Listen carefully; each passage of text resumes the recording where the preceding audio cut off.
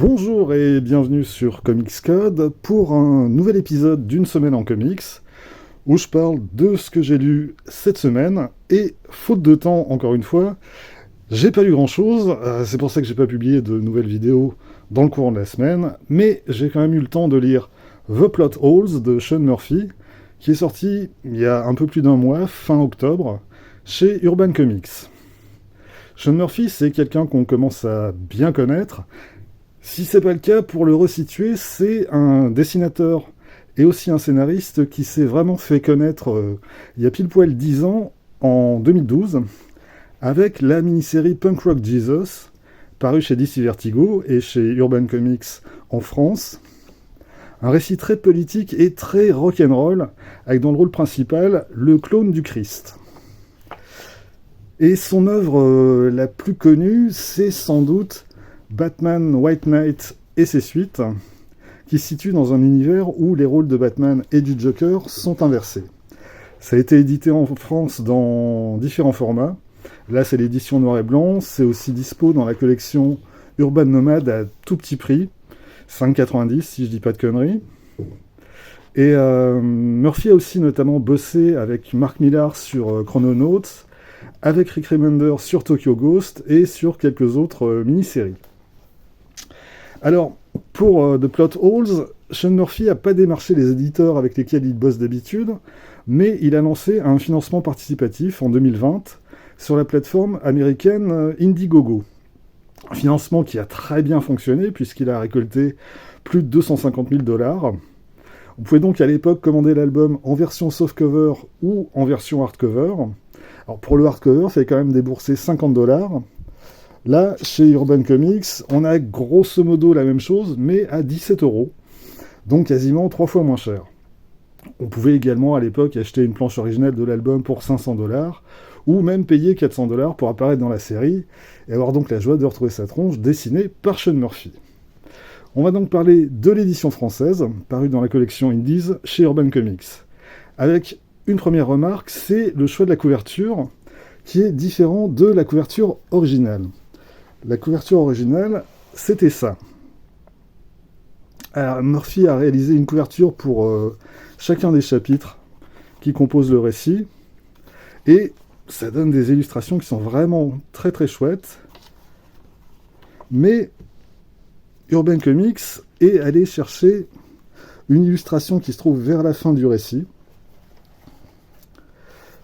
pour en faire la couverture. C'est un choix assez curieux parce qu'il n'est pas vraiment représentatif du récit dans son ensemble, hormis la dichotomie entre les deux personnages, avec la femme en armure d'un côté et le type avec un look beaucoup plus moderne de l'autre. Alors, je sais pas trop pourquoi Urban a fait ce choix. J'imagine que c'est le titre en vertical dans la marge qui a dû les refroidir. Je pense qu'il voulait quelque chose qui soit plus visible sur les tables des libraires. Et du coup, là, effectivement, on voit le titre de très loin. Bref, passons à l'histoire. The Plot Holes, de quoi ça parle ?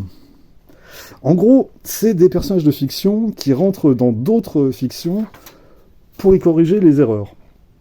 The Plot Holes, en français, ça pourrait se traduire par les failles dans une intrigue ou les incohérences scénaristiques. Et c'est d'ailleurs comme ça que le traducteur Benjamin Rivière a rebaptisé l'équipe en français les incohérents, inco-errant, ce qui est plutôt une bonne trouvaille, je trouve. L'équipe des incohérents est donc composée de personnages provenant d'univers très différents, et sur cette case ici, on a 5 personnages, et de gauche à droite, on a Johnny Manga, qui sort lui tout droit d'un manga de science-fiction avec des robots géants qui sautent sur la tronche. Sean Murphy met d'ailleurs en scène cet univers sur 2 pages en noir et blanc, et il faut reconnaître que ça a vraiment de la gueule. On a deuxième personnage ici, c'est Surge. Surge qu'on voit ici en haut de cette planche, qui lui vient d'un comic book de super-héros où il joue le rôle du vilain, mais qui est devenu un criminel un peu par la force des choses. Vous verrez pourquoi par vous-même. On a ensuite au milieu Rasoir. Voilà. Alors, Rasoir, c'est aussi son nom en VO, vu qu'elle est francophone. Rasoir qui est une pirate vampire, née à la Nouvelle-Orléans du temps de l'esclavagisme. On a le petit bonhomme en bas, c'est Kevin. Et Kevin, lui, sur la page de droite, c'est un personnage de comic strip des années 40, qui à l'époque vivait tout un tas d'aventures avec son meilleur ami qui était un ours polaire. Alors, évidemment, toute ressemblance avec Calvin et Hobbes de Bill Watterson est absolument faite exprès, y compris le nom du personnage, Kevin Calvin. Mais là, c'est un Calvin qui aurait mal tourné, dont la créatrice aurait viré parano et raciste, et du coup, ça nous donne une espèce de vieux type grognon, et pas du tout politiquement correct. En gros, c'est votre vieux tonton raciste, mais coincé dans le corps d'un gamin de 6 ans. Et puis, dernier personnage à droite, on a Roar. Roar qui est sur la page de gauche cette fois, qui est sorti tout droit d'un univers de fantasy. C'est un tigre anthropomorphe. Au niveau du look, il me rappelle beaucoup le personnage de Koj dans Telos, la série de Todd DeZago et Mike Wieringo pour ceux qui ont lu ça. Mais ici, en plus, c'est un métamorphe, ce qui va s'avérer évidemment bien pratique pour régler différentes situations dans le cours du récit. Et puis, on a la patronne, Ed, qu'on retrouve là sur les premières cases, qui dirige donc les incohérents. Ed, c'est le diminutif d'éditrice, et c'est elle qui va mener son équipe au sein des fictions qui sont en train de se barrer en sucette pour y régler les problèmes de cohérence. Là, dans la scène d'ouverture, il s'agit de faire disparaître des aliens, des petits gris qui n'ont rien à foutre dans cette histoire.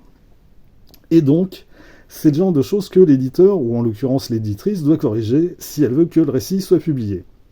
Sauf que cette mission va mal tourner et que l'équipe va devoir recruter un nouveau membre. Et ce nouveau membre, c'est Cliff. Cliff, c'est un auteur de comics un peu miteux, qui galère pas mal, qui touche un peu à tous les genres, mais sans vraiment parvenir jusque-là à décrocher un succès commercial. Et pour rien arranger, il a perdu sa femme d'un cancer. En gros, Cliff, c'est une version dépressive de Sean Murphy lui-même, mais un Sean Murphy qui aurait eu une vie de merde et quand même beaucoup moins de talent. Et donc, Cliff va rejoindre l'équipe pour faire face à une créature qui menace de détruire toutes les fictions que les incohérents sont chargés de protéger, et qui s'appelle le ver des livres. Alors, en VO, la créature s'appelle The Bookworm, ce qui littéralement veut effectivement dire le ver des livres. Mais en français, The Bookworm, c'est le rat de bibliothèque. C'est le type ou la nana qui passe ses journées le nez plongé dans les livres. Sauf que là, on le voit, la créature, elle ressemble quand même plus à un ver qu'à un rat, donc le traducteur a dû se contenter d'une traduction littérale, et j'imagine qu'il a quand même dû passer du temps à chercher une solution, mais bon, des fois, c'est juste pas possible. Bref, les incohérents vont donc passer leur temps à sauter d'une fiction à l'autre, non seulement pour corriger ce qui a besoin d'être corrigé, mais surtout pour empêcher le ver des livres de faire encore plus de dégâts dans les récits que l'auteur lui-même, notamment en faisant disparaître des personnages essentiels à l'intrigue. Alors, concrètement, ça permet surtout à Sean Murphy d'illustrer sur quelques pages, ou même juste sur une ou deux cases, tout un tas d'univers différents. De la science-fiction, de la fantasy, de l'aventure, de l'historique. On a même droit ici, en bas de cette double planche, à un clin d'œil à Punk Rock Jesus, parce que on n'est jamais mieux servi que par soi-même. Et donc, côté dessin, sans surprise, Sean Murphy fait ça merveilleusement bien. Côté scénario, par contre, je suis quand même beaucoup moins emballé. Clairement, The Plot Hole, c'est de la métafiction. J'en parlais la semaine dernière avec Animal Man de Grant Morrison, ou avec Crossover de Donny Cates, on est là à nouveau dans ce registre. C'est des personnages de fiction qui s'interrogent sur leur statut de personnages de fiction. Sauf que tout ça reste extrêmement superficiel. Alors, on a bien ici ou là quelques idées intéressantes, notamment le fait que ce sont des personnages de fiction qui sont obligés de protéger les fictions elles-mêmes contre ce qu'en font leurs propres auteurs. Genre, un auteur a une idée à la con, et hop, les incohérents interviennent pour faire disparaître l'idée en question, et ainsi sauver la fiction. C'est le genre d'idée qu'on trouve dans le récit, mais qui n'est jamais vraiment développée, ni même explicitée en fait. On a l'impression que Sean Murphy a eu une idée de départ, Un pitch qui effectivement est assez prometteur, mais que ensuite il n'a pas vraiment su quoi en faire. Hormis, encore une fois, se faire plaisir graphiquement. Et de ce point de vue-là, vraiment, c'est irréprochable. Mais qu'est-ce que The Plot Holes nous dit de notre propre rapport aux fictions en tant que lecteur, ou des rapports du créateur par rapport à ses créations, et inversement? Eh ben, pas grand-chose. Et en fait, en lisant The Plot Holes, je me dis que ce qui a manqué à Sean Murphy, c'est un éditeur. Parce que, bon, contrairement à ce que pourrait laisser penser le portrait qu'en fait Murphy dans le récit, le boulot d'un éditeur, c'est pas juste de corriger les incohérences du scénario, de faire la chasse aux anachronismes. Un bon éditeur, c'est aussi quelqu'un qui va faire un ping-pong avec l'auteur pour l'aider à développer ses idées ou ses personnages, à aller plus loin que ce qu'il envisageait initialement. Et là, c'est un boulot qui n'a pas été fait. Sean Murphy a voulu tout gérer tout seul, et de mon point de vue, le résultat n'est pas à la hauteur. C'est le paradoxe de The Plot Hole qui met à l'honneur le travail des éditeurs, tout en se passant d'un éditeur, et de ce qu'il aurait pu apporter au récit. Ça donne un album vraiment très beau, mais aussi très creux à mon avis, et c'est vraiment dommage. Pour finir sur une note un peu plus positive, hop, l'édition française reprend donc les bonus de l'édition originale, les couvertures qu'on a vues tout à l'heure, mais aussi pas mal de sketchs de Sean Murphy. On a des photos de la maquette qu'il a réalisée du vaisseau des incohérents, le Nota Bene, qui lui a servi de référence pour l'illustrer. Et puis, on a une partie du storyboard du premier épisode.